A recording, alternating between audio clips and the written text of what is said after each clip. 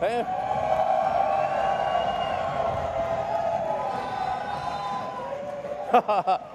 Great outfit. Hey.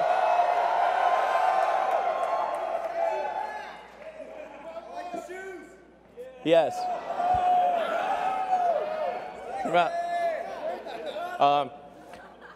Yeah.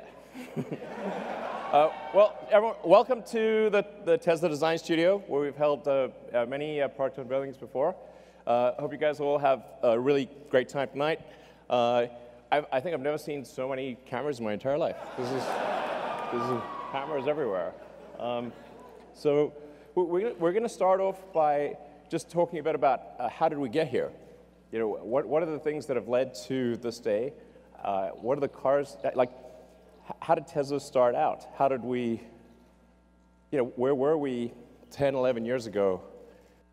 What has happened over that intervening time? You know, because it occurred to me that a lot of people, they only heard about Tesla maybe a year or two ago, and you know, electric cars are kind of like taken for granted. But there was a time when electric cars seemed very stupid, and it wasn't that long ago. And the idea of creating a car company was stupid, of course, and then making an electric car company was like stupidity squared. And so let's take a look at the first car we ever made, the Tesla Roadster. Yeah.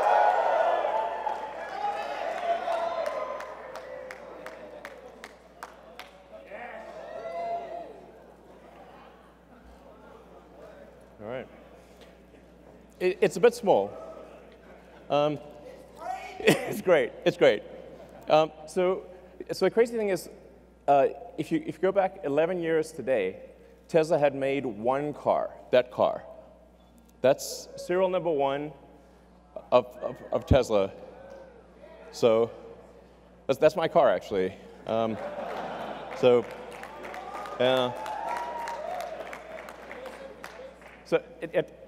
on February 2008, we'd literally only made one car, that car.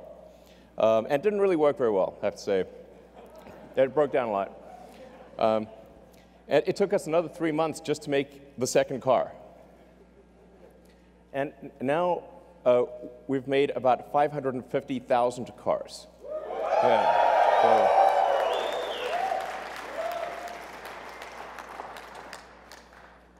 and after the Roadster,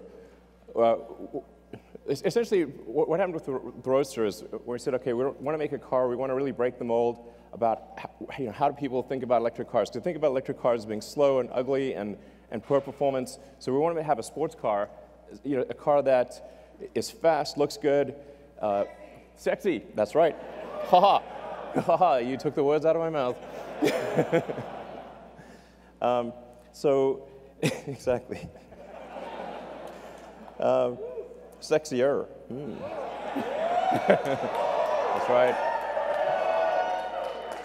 So the Roadster, the reason we did a sports car is we wanted to create a car that would break the mold for electric vehicles, and that would be sexy and fast and long range, and that's why we did the Roadster. You know, people say that, well, you won't be able to make a car with those specifications, and if you do, nobody will buy it. So we had to prove those two things wrong. And then after we made the Roadster, they said, okay, sure, you can make some toy sports car, but you can't make a sedan. You can't. There's no way you could compete with the luxury sedans that are gasoline, because they're the best. And there's no way you could make an electric car that's like that. So we did. Model S.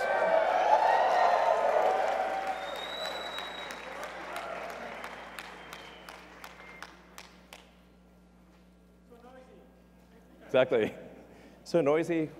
Where are all the fumes? Where's the exhaust pipe? Where do you put the gasoline?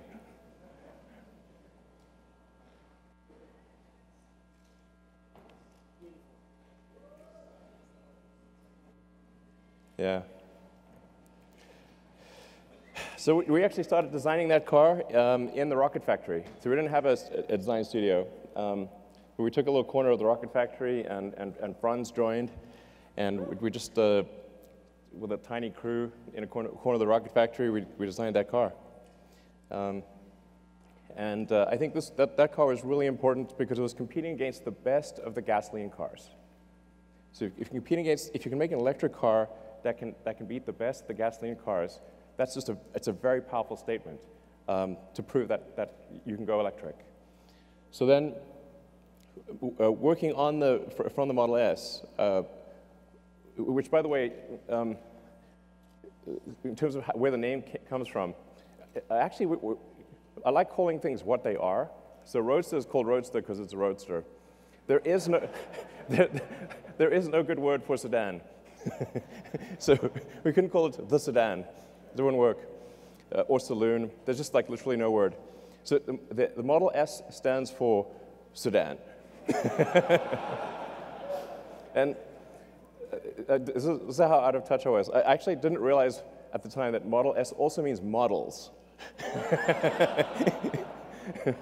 and then I had like at one point a license plate that said Model S2 because it was like the second production Model S, and it was like, and as I was walking away from my car, I said, "Wow, what a jerk! His license plate says Models 2."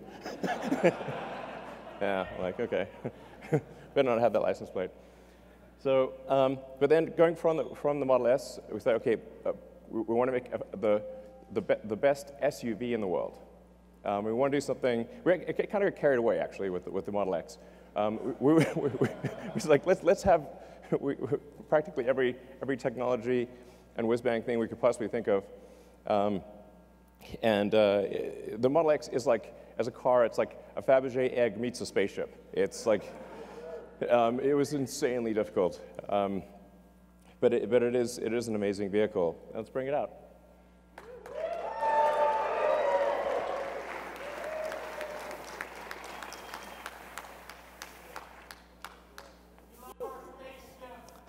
Cool.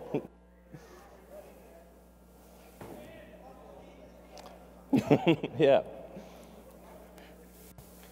You can see a certain position forming, maybe. So the Model X, like I said, it really feels like a Fabergé egg spaceship. It's X for crossover SUV. But then after we had the Model S and Model X, I thought it'd be pretty funny if we had the Model E. But then like Ford threatened to sue us.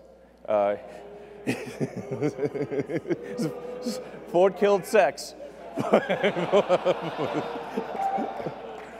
But I said, what if we call it the Model 3? Because that's completely different from me. They said, that's fine. So we have the Model 3. Let's bring out the Model 3.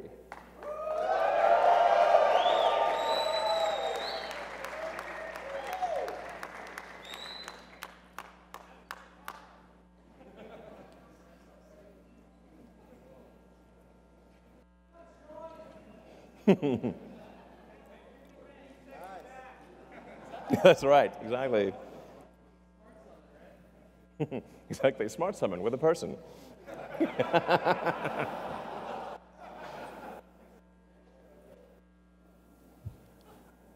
So we made the original Roadster, the Model S, the Model X, the Model 3, and then we also then made the new generation Roadster, which we'll bring in.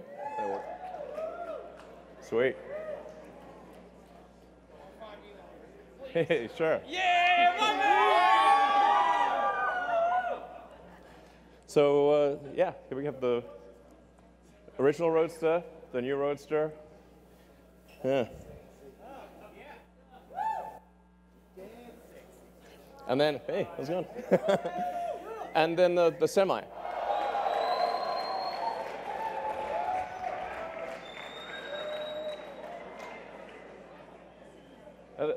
Actually, the Tesla Semi drove here nonstop all the way from the Bay Area.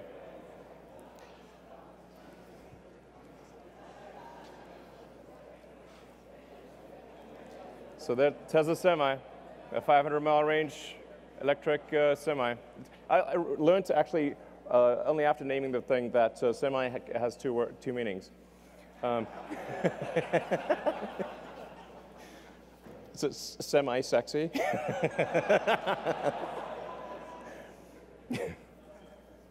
So yeah, so we're really excited about bringing those products to market, so that's sort of talking about our products. But then the factories are as much the product, if not more, than the vehicles themselves. In fact, I really think like the difficulty and value of manufacturing is underappreciated. It's insanely difficult. It's like relatively easy to make a prototype and extremely difficult to mass manufacture that prototype or to mass manufacture a vehicle reliably and at scale. I mean, even for rockets, I'd say it's probably a factor of 10 harder to design the manufacturing system for a rocket than to design the rocket. And for cars, I'd say it's maybe 100 times harder to design the manufacturing system than to design the vehicle itself. That's what the free market. I don't mean to have it in black and white. It's like it's not so long ago. They didn't even have color cameras back then. It was 2010. But it was very bleak. It's like essentially when we acquired the Fremont factory, which used to be called NUMMI, people sort of thought, oh, you've got a car factory. Now, if you have a car, they sort of think if you have a car factory, you can just make any car. It's like, no, that's like saying you've got a box. And that box can have anything you want in it. No, only if you make the thing in the box. Although we did get get a very good deal on the NUMMI factory, Toyota and General Motors actually took all of the good equipment out, and anything that was like so useless it wasn't even worth the scrap was left. So it literally looked like that, but in color. And it took an enormous amount of effort by a very talented team to actually turn essentially what looked like a derelict warehouse into a working car factory. Yeah.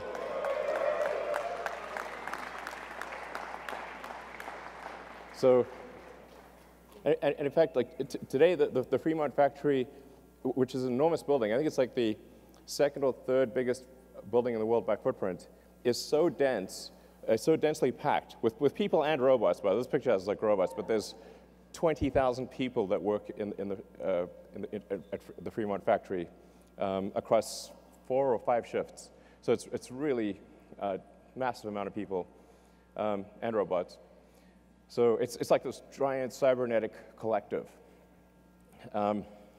So that was way harder than making the car, by far. I mean, it's worth noting, like the last time, at least in the U.S., the last time any car company achieved mass manufacturing was about 100 years ago. That is the last time, and then Tesla. It's literally that crazy. So,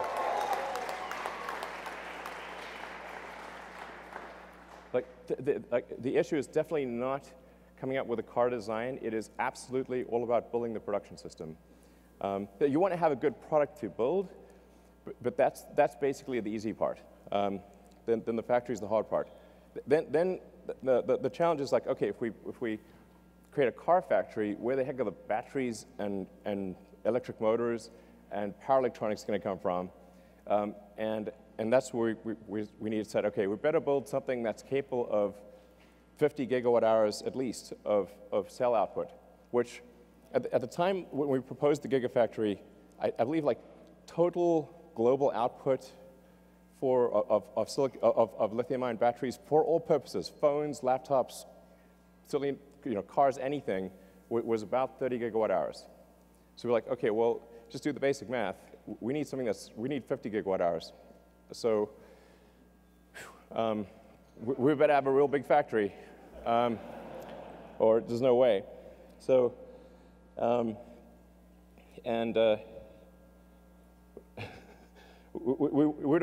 were going to build it in California, but like it would have taken 2 years just to get the permits. So we built the Gigafactory in the amount of time it would have taken to get the permits in California.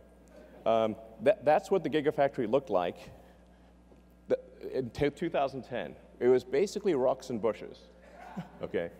And now this is what it looks like now.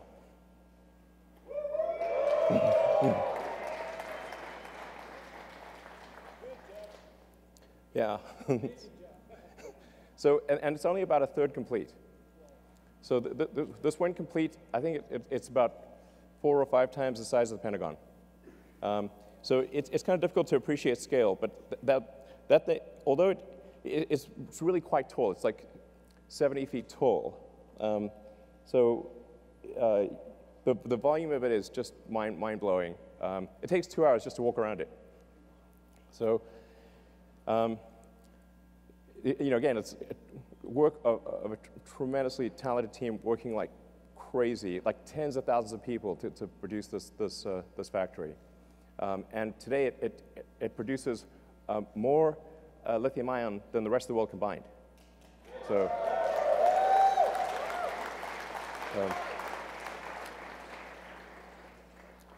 Now we're also building a factory in China, which I'm really excited about.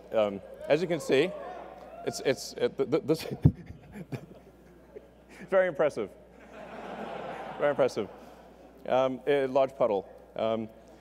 So when I was there in January, that's what it looked like when we did the groundbreaking ceremony, and this is what it looks like now, 3 months later. But this is what it will look like at the end of the year.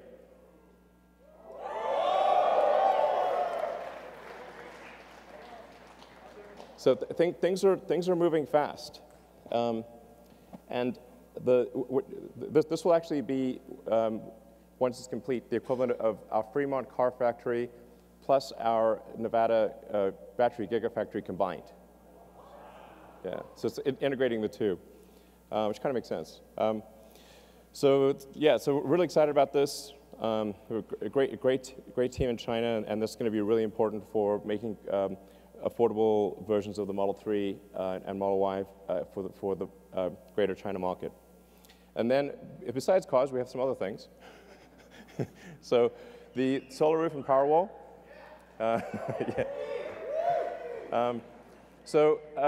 This is definitely going to be the year of the solar roof and Powerwall. Because of extreme challenges with the Model 3 production, we have to basically allocate all resources to Model 3 production because otherwise we're going to die. And so basically, it was pretty tight, I have to say. That was a hard one. I would say like 2018 is probably felt like aging 5 years in one. Honestly, it was really intense.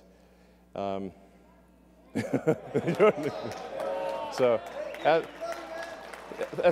thank you for supporting Tesla through this difficult period. Thank you. Yeah.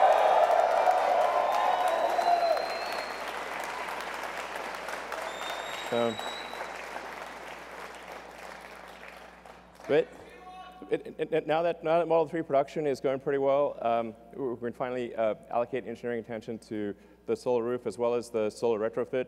I'm pretty excited about both the solar tile roof and the solar retrofit and Powerwall. Part of the reason we couldn't make Powerwall is we couldn't make enough cells. So we had to either allocate cells to the car or to the Powerwall. And I was like, well, we've got to make the cars. So then Powerwall got cell star, basically. But 2019, so we are now going to ramp it up. And then PowerPack. So PowerPack is kind of like our industrial strength battery storage system.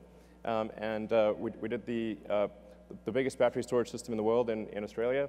And yeah, that was really super cool. And then we're doing one that's roughly a gigawatt-hour scale in California.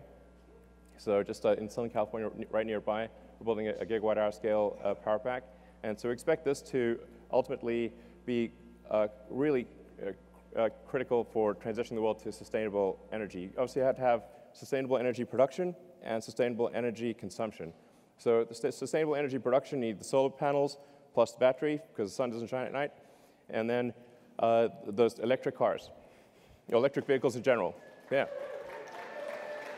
So, but I mean, the really exciting thing is if you have, with solar plus battery plus electric vehicles, we have a fully sustainable future. This is a future you can feel really excited and optimistic about. I think it really matters. Yeah.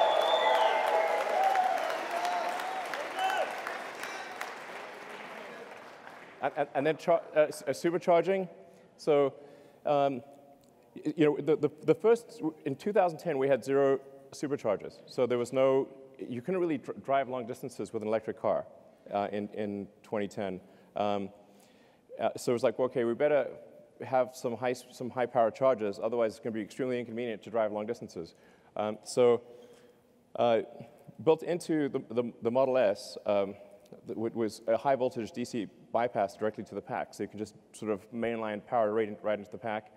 And then then nobody was building high power chargers, so like, okay, we better build these high power chargers because nobody's building them. And so we went from 0 superchargers to building a global network of superchargers. Yeah. Yeah, so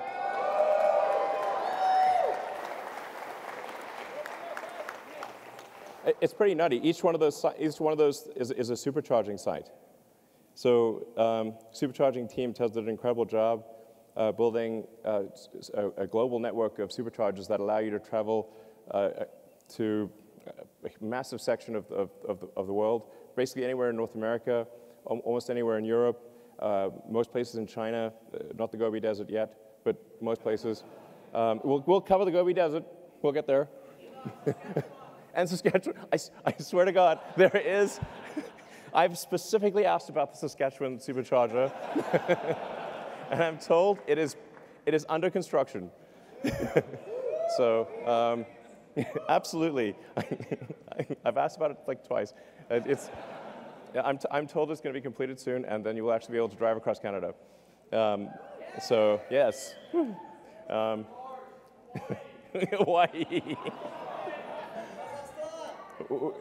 Kazakhstan. Actually, we have some great supporters in Kazakhstan. I think we probably, we should have, we will build superchargers in Kazakhstan. There you heard it right here. Anyway, we're going to build a lot more superchargers. And we have actually a version 3 of the supercharger that we just unveiled. And in fact, yeah.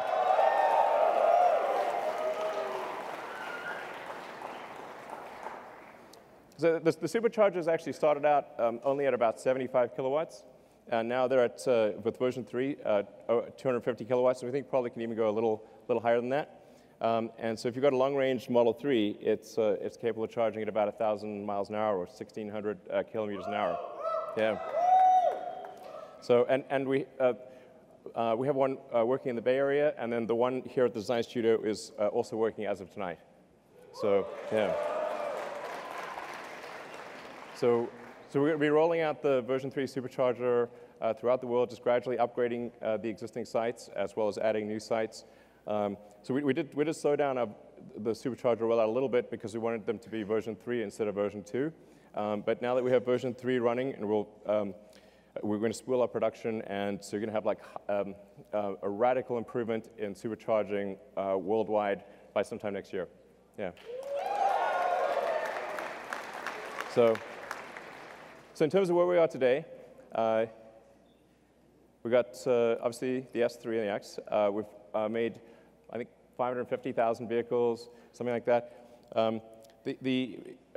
12 months from now, we will have made about 1 million vehicles. So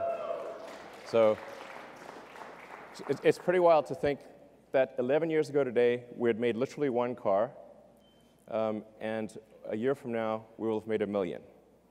Yeah.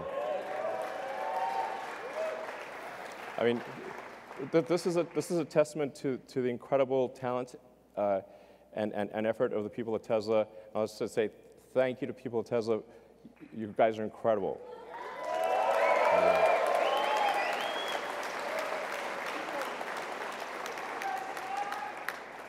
So, yeah, and 4 million tons of CO2 saved. in fact, with the 4 millionth ton, it just ticked over like an hour ago. So the 4 millionth ton just ticked over tonight. Yeah. So, just talking a bit about like, what were the thoughts back then? What were some of the comments? Let's see. The internet is forever. But this is a mere like taste. It was like I said, electric cars were considered extremely impossible and stupid, and in various forms. You're a fraud. Blah. Like, okay, you can drive that fraud. Okay, and then now things have changed. Yeah.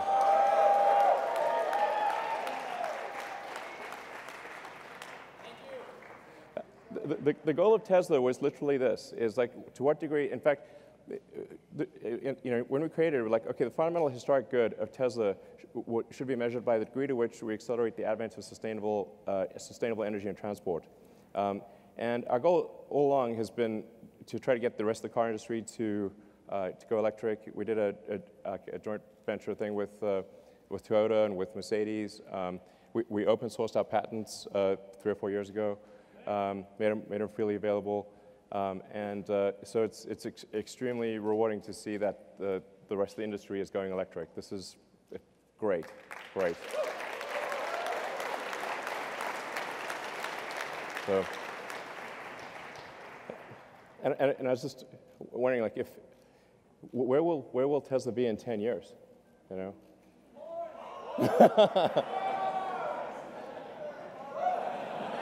Mars. Exactly. We will be driving a Tesla on Mars. I think we could. I think we actually could. Okay. Tesla will be on Mars in 10 years. I think it will. I think it will. So after that extended history lesson, what about the actual reason you came? Okay. There's a missing car. It starts with a Y, ends with a Y, and that's Y in the middle. Bring out the Model Y.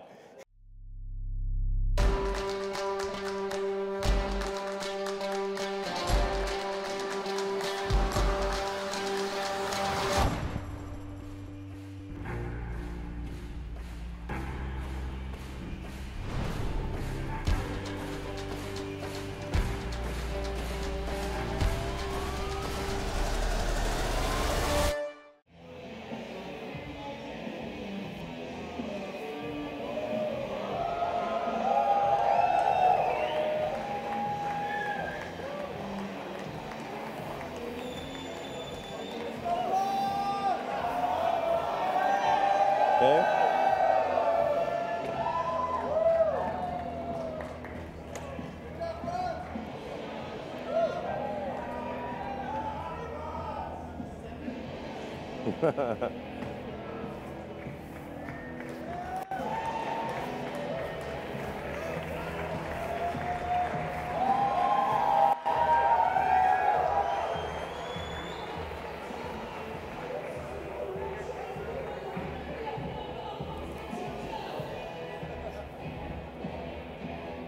All right. The Model Y. Yeah. So, like the 3, it will be extremely safe. So that you may know the Model 3 has the lowest probability of injury of any car ever tested by the US government. The Model Y, we expect, will have a similar result. 5 stars in every category. With the battery pack low in the floor, it's going to have a very low center of gravity. So this will, it has the functionality of an SUV, but it will ride like a sports car. So this thing will be really tight in corners, and we expect it will be the safest mid-sized SUV in the world by far. And at Tesla, we actually always design with safety as the #1 goal. It's like people think, okay, performance, sure, but safety first. This is actually by far the most important thing. But it's also going to have incredible performance. So we expect to 3.5 seconds 0 to 60. Yeah, it's good. And very low center of gravity, so great handling. It's testing out at a 0.23 drag coefficient, which is extremely good for an SUV. And in terms of range, 300 miles. Yeah. So we expect to have an EPA range of, an actual true usable range of 300 miles. So, yeah. Yeah. From an interior standpoint, it has a panoramic glass roof. And by the way, after I'm done here, you guys will be able to come up and like check out the car. So it's like, so it's going to have a panoramic glass roof. It like really feels like, just like the Model 3, if you're in the car, it just feels like you can see the sky. Seat 7, 66 cubic feet. Obviously autopilot and all that. As I've said publicly, we expect to be feature complete with self-driving sometime later this year. And then as we prove out the safety with billions of miles and kilometers, we will, from our standpoint, feel it's like safe enough to not pay attention and then get the regulatory approval sometime thereafter. But the cool thing is feature complete. Like it'll be able to do basically anything by the end of this year, just with software upgrades, which is pretty cool. So the basically long range one we expect to be about $47,000.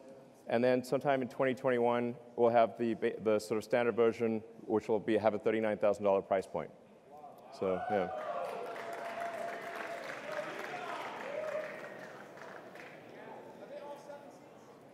No, the 7 seats are optional. Yeah. Do you mean the lift gate? Yes. Okay. I mean, you never know. We might do better than this, but so it should be at least this good. So, so I think it's going to be really compelling. I'm confident that it'll be of any mid-size SUV, it'll be the one you want. Yeah, I think it'll probably sell. I think we'll probably do more Model Ys than X and 3 combined, most likely. Yeah. So. So there you have the sexy presentation. So, all right. Thank you all for coming. Those of you who are here and those of you who are watching, thank you very much for your support over the years. It's been, a hell of a ride. I love you too. I love you too. We are bringing sexy back quite literally. All right, thank you.